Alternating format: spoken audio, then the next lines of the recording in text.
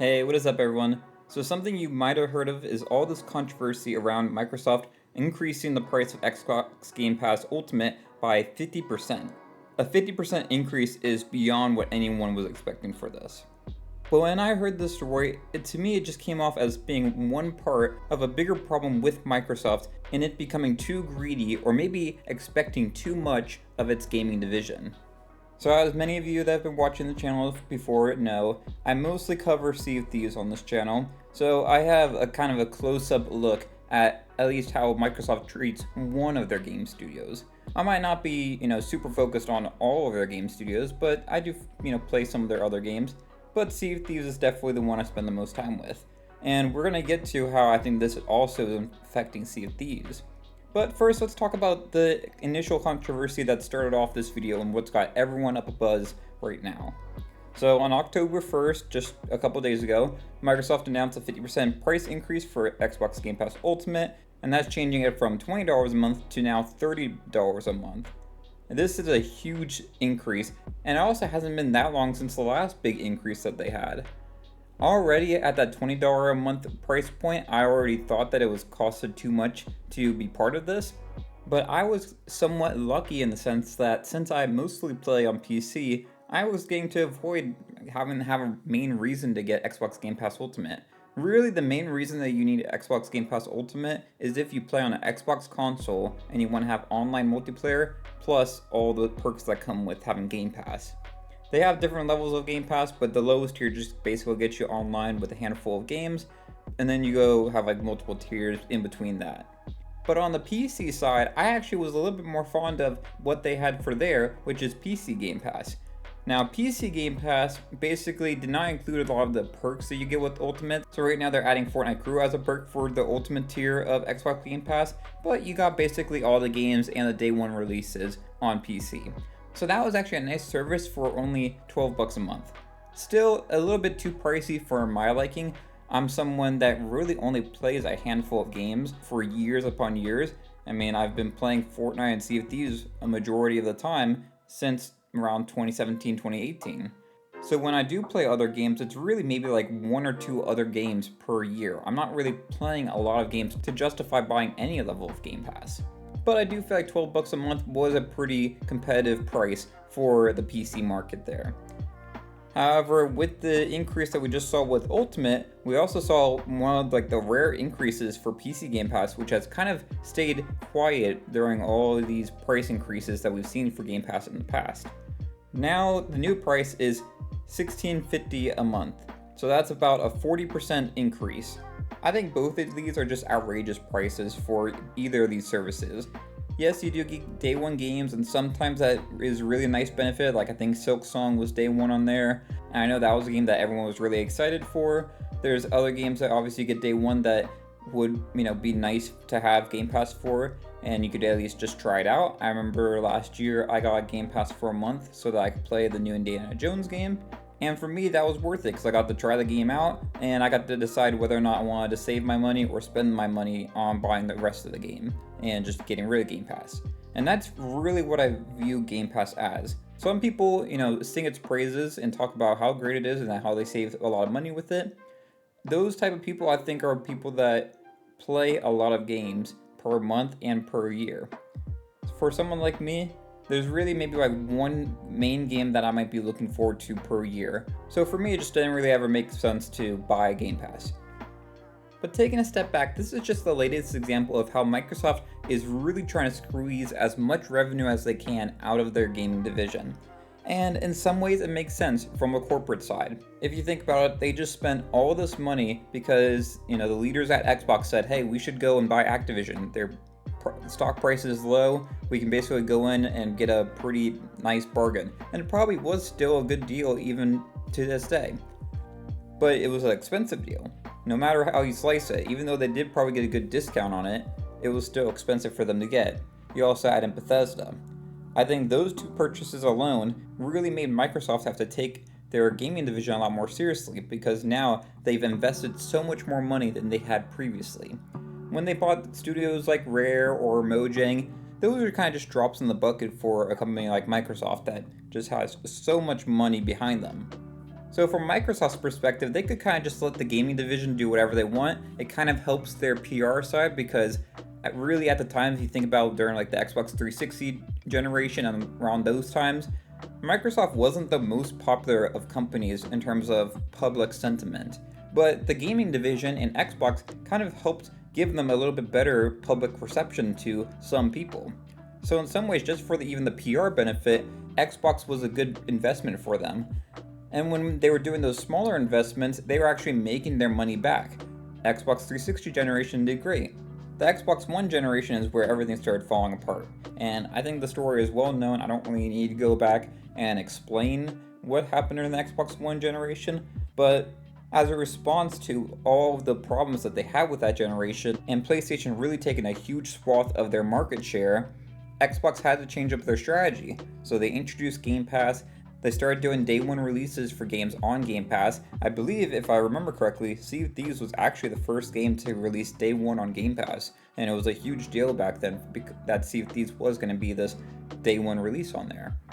But all of this has costed Microsoft, and while they will still claim that Game Pass is profitable, it doesn't really seem like it from the outset when you're having to do significant price jumps. All these streaming services, whether it's Netflix, Spotify, whatever you want to call it, all these streaming services are all raising their prices currently, and they've been doing it for years. But when we have a 40 and 50% increase for your subscription, then we're starting to see some red flags going up about, hey, are they actually in a good state? Are they doing okay? Because this is a little bit of a massive change.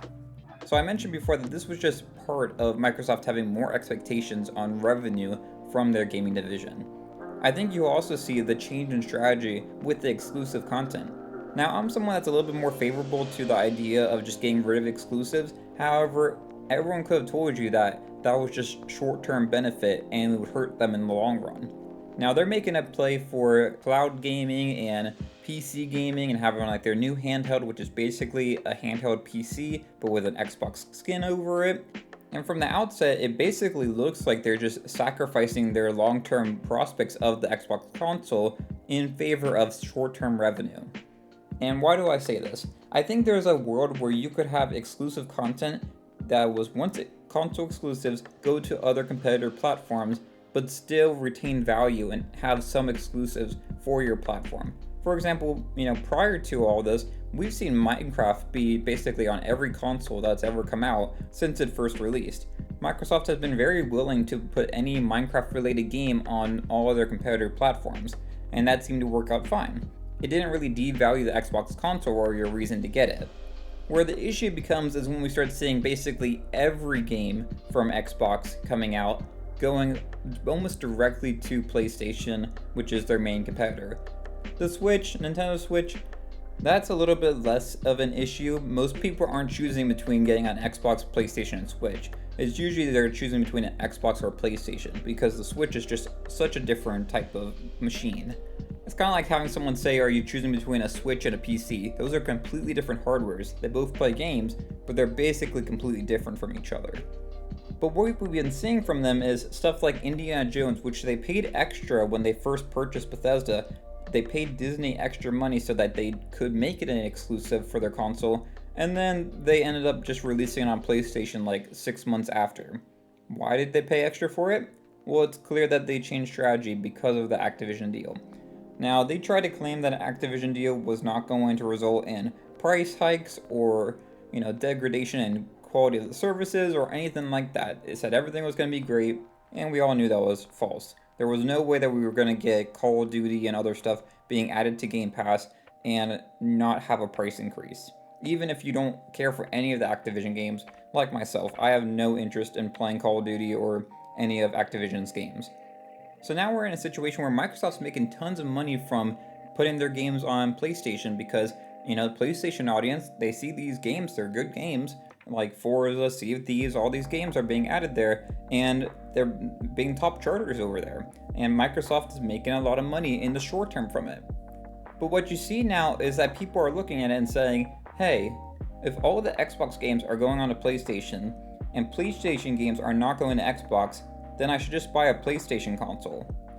And it also doesn't help that Microsoft got even more greedy in the sense that they are now increasing their 5-year-old console, increasing the price of it repeatedly.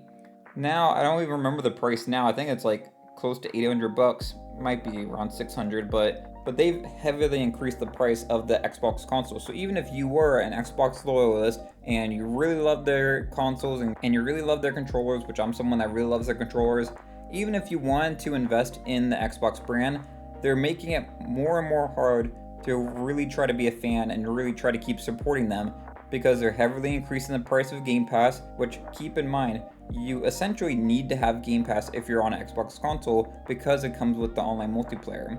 Unless you don't play online multiplayer games, then you're fine, but for most people on Xbox consoles, you're probably going to need at least one of the tiers of Xbox Game Pass. Then you add in the fact that they're increasing the price of their consoles, even though there's nothing really different about the consoles and they're 5 years old now. They're kind of outdated at this point, if we're being honest. But it really seems to me that they're trying to just basically get as much money as they can out of this gaming division before they basically go third party fully. They'll keep Game Pass going, they'll keep their, hardware stuff with the OS, but even if you look at their recent Xbox handheld that's coming out, it's not really an Xbox handheld. I believe it's from Asus that's making it. They're partnering with other companies to make the hardware. They're just making the software, which honestly fits probably better with Microsoft's whole brand because they're more of a software company. They're not really that much of a hardware company. They make software for hardware built by other companies. So Microsoft's greed in the short term has really hurt the long-term prospects of their gaming division with the console market. And we'll get into the game side of things too. I really want to talk about Sea of Thieves in this, but I'm holding it off a little bit towards the end of this. On the hardware side, there could have been a nice medium ground that they could have done. For example, I think a perfect strategy would have been for them to basically put older games onto PlayStation and then have the newer releases be exclusive to the Xbox console. So for example, let's say if you were to release a new Halo game on the Xbox or maybe the next Xbox or whatever, you could release the Master Chief Collection over on PlayStation. That way, people that bought the game on PlayStation could look at it and say, wow, I really love Halo. Ooh, the new Halo game is coming out or just came out. I really want to go play that. And that will give them a reason to invest in getting the Xbox and getting into that ecosystem. Now, really the only reason that I care about the Xbox console being continued is one, just because of competition. If PlayStation doesn't have competition in terms of like having Xbox as a viable competitor, then we're going to see more expensive consoles from them. We're going to see more expensive and more greedy practices from them because there's nothing limiting them from doing anything like that. Why would they not charge $1,000 for their next console? There is really no reason why they shouldn't do that, because if Xbox doesn't have anything to compete with them, well, then anyone that's a console gamer that wants to get into the next generation of gaming is going to have to pay for a PlayStation. There's no alternatives other than PC. But people that are console players typically don't want to go that PC route just because it's more of a headache. There's more technical know-how to do a PC, all that kind of stuff. I really do think that if Microsoft didn't get greedy with trying to get revenue as quickly as possible from their gaming division, they really could have built up their exclusive library with all the studios that they had just purchased with Bethesda, Activision, and even the ones from before that like Obsidian. They really would have had a solid amount of studios to really push forward this generation. And honestly, if you think about it, if Microsoft had kept a lot of those games exclusive, they would be beating PlayStation right now for this generation. PlayStation has really suffered during this generation in terms of having first-party games that came to the platform. Really, the one thing that's supporting PlayStation in this generation is third-party games, and that's more due to Xbox having limitations on their hardware, such as you have to have full feature parity between the Xbox Series S and the X versions. But with that all said, let's now focus on the gaming studios. I think Microsoft is also putting pressure on all of their gaming studios to increase revenue. We've seen this with other games. There's a new game that's coming out, I think it's Outer Worlds 2, that they tried to make the price a little bit higher than anyone was expecting it to be, and then there was so much backlash to that they backed down a bit.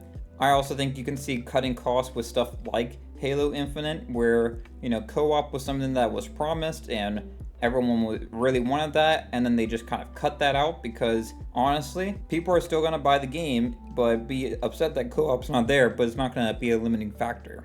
So they don't really need to invest that money into actually getting that to be a fully featured thing in the game.